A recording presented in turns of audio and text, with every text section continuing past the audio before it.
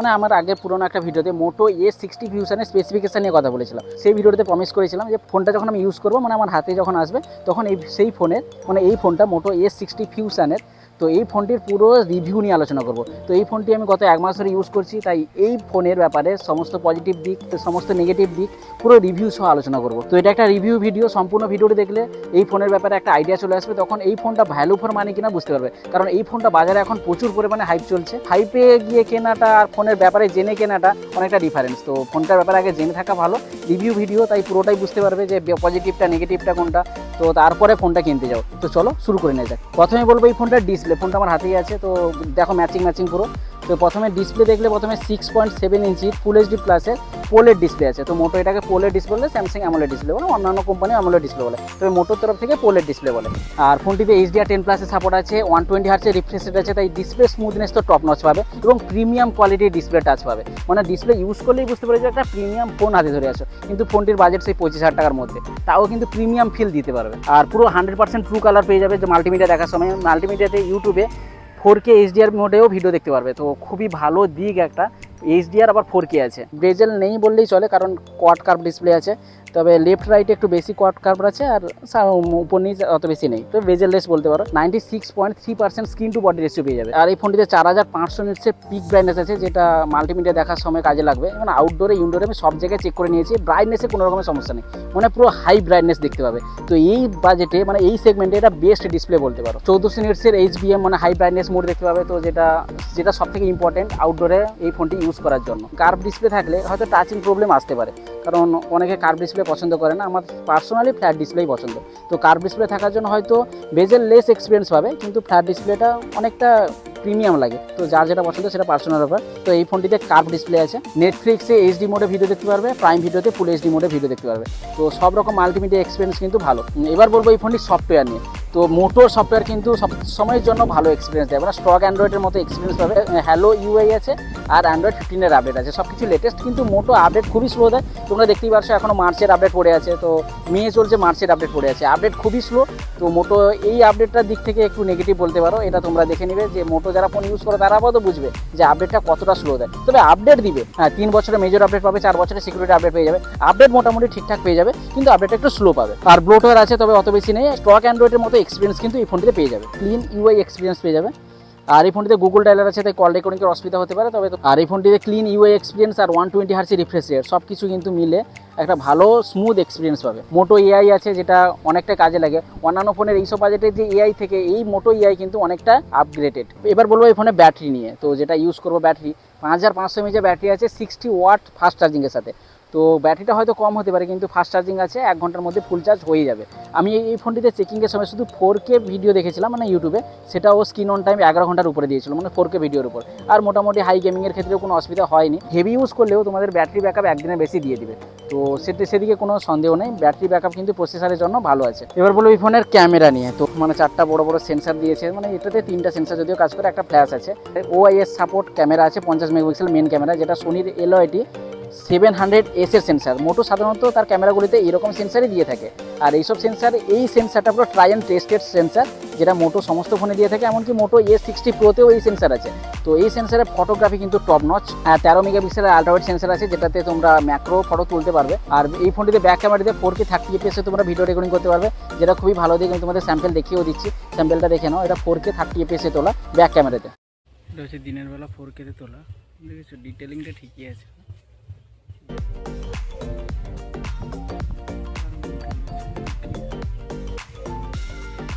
আর একটা সেন্সার আছে, যেটা 3-in-1 ambient সেন্সার বলে। এই সেন্সারের কাজ হচ্ছে লাইট কন্ট্রোল করা, মানে বিভিন্ন লাইটেও এই সেন্সার থাকার জন্য ফটো কোয়ালিটি ইমপ্রুভ হবে। তো এই সেন্সারের এই কাজটাই আছে, 3-in-1 সেন্সার, যেটা মোটো বলে। আর সত্যিকারে এই ফোনের ফটো কোয়ালিটি কিন্তু মোটো H50 ফিউশনের থেকে আপগ্রেডেড। আর এই ফোনটিতে 32 মেগাপিক্সেলের সেলফি ক্যামেরা আছে সামনে, যেটাতেও 4K ভিডিও রেকর্ডিং করতে পারবে। 4K 30 fps তোমরা ফ্রন্ট ক্যামেরাতে ভিডিও রেকর্ডিং করতে পারবে। তার ক্যামেরা স্যাম্পেলও দেখে নাও।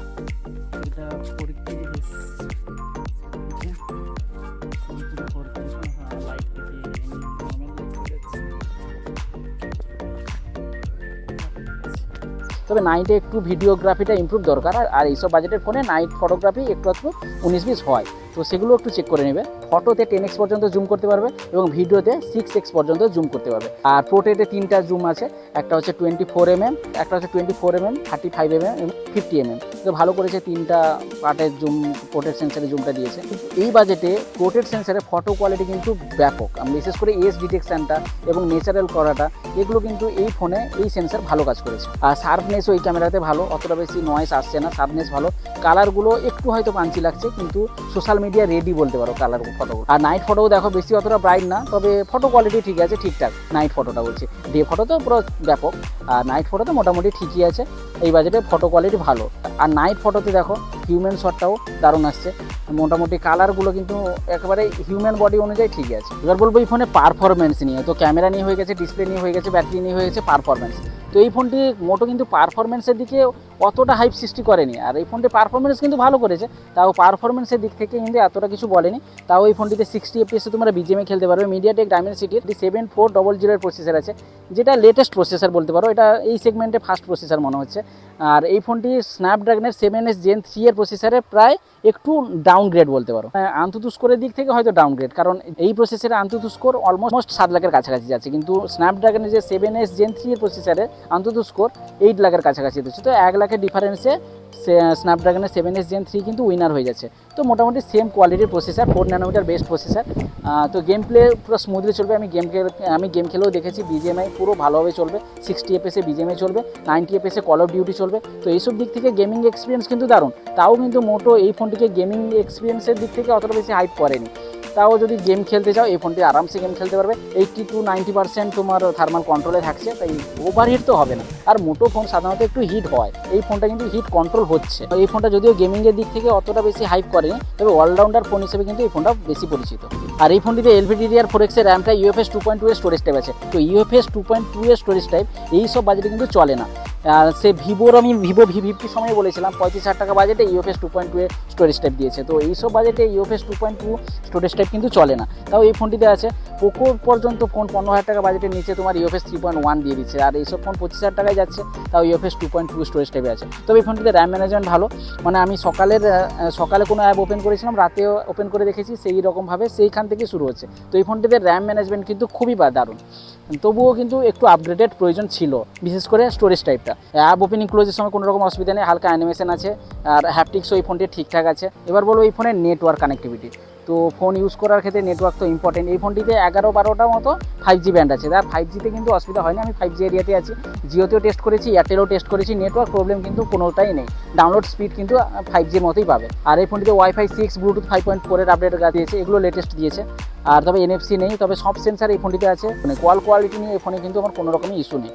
এবার বলবো এই ফোনের ডিজাইনটা দেখেই বুঝতে পারছো, কিন্তু ভেগান লেদারের ফিনিশ আছে, খুবই দারুণ ডিজাইন, পুরো ম্যাচিং গেঞ্জির সাথে পুরো ম্যাচিং ডিজাইন করা হয়েছে। আর তবে এই ফোনটিতে হালকা মানে ফিঙ্গারপ্রিন্ট যদিও পড়ছে না, কিন্তু ইউজ করার সময় ব্যাক কেস না লাগিয়ে যদি ইউজ করো তাহলে হয়তো কিন্তু একটু দাগ পড়ে যাচ্ছে, তো এই নোংরা টাইপের লাগছে। ফোনটিতে ইউজ করার সময় কেস লাগিয়ে ইউজ করবে। আর এই ফোনটিতে ফ্রেমটা কিন্তু পলিকার্বনেট ফ্রেম। ফোনটি লম্বা টাইপের হলেও দূর থেকেই দেখো পুরো প্রিমিয়াম লাগে ফোনটি। পাতলা, এই ফোনটি অত বেশি ভারীও নয়, পাতলা ফোন আছে। আর ফোনটি 181 গ্রামের এবং থিকনেসটা 8.2 mm এর থিকনেস আছে।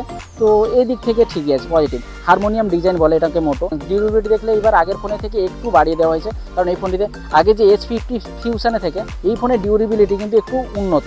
আর এই ফোনটিতে IP69 এর রেটিংসও আছে। তো ওয়াটারপ্রুফ বলতে পারো, ওয়াটারপ্রুফ না, ওয়াটার রেসিস্ট্যান্স বলতে পারো। মিলিটারি গ্রেডে সার্টিফাইড ফোন এটা।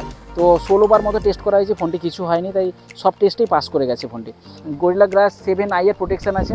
তো অ্যাক্সিডেন্টলি হাত থেকে পড়ে গেলেও আশা করি কিছু হবে না, যদি ভাগ্যের থাকে তো তখন কিছু হতে পারে, তখন গ্যারেন্টি নেই। গ্রিপটা দারুণ লাগছে, কারণ কোয়ার্ভ ডিসপ্লে থাকার জন্য এই ফোনের গ্রিপটা কিন্তু অন্যরকম ফিল আসবে, আর দূর থেকে সত্যিই প্রিমিয়াম লাগবে। আর এই ফোনটিতে হাইব্রিড সিম স্লট আছে, মানে একটা সিম, একটা মেমোরি কার্ড বা দুটো সিম ইউজ করতে পারবে। ফোনটিতে ডুয়েল স্পিকার আছে, ডলবি অ্যাটমসের সাপোর্ট আছে, ডুয়েল স্পিকারের সাপোর্ট আছে, তো এগুলোতে তো পেয়ে যাবে। আর এই ফোনটিতে অপটিক্যাল ফিঙ্গারপ্রিন্ট সেন্সার আছে।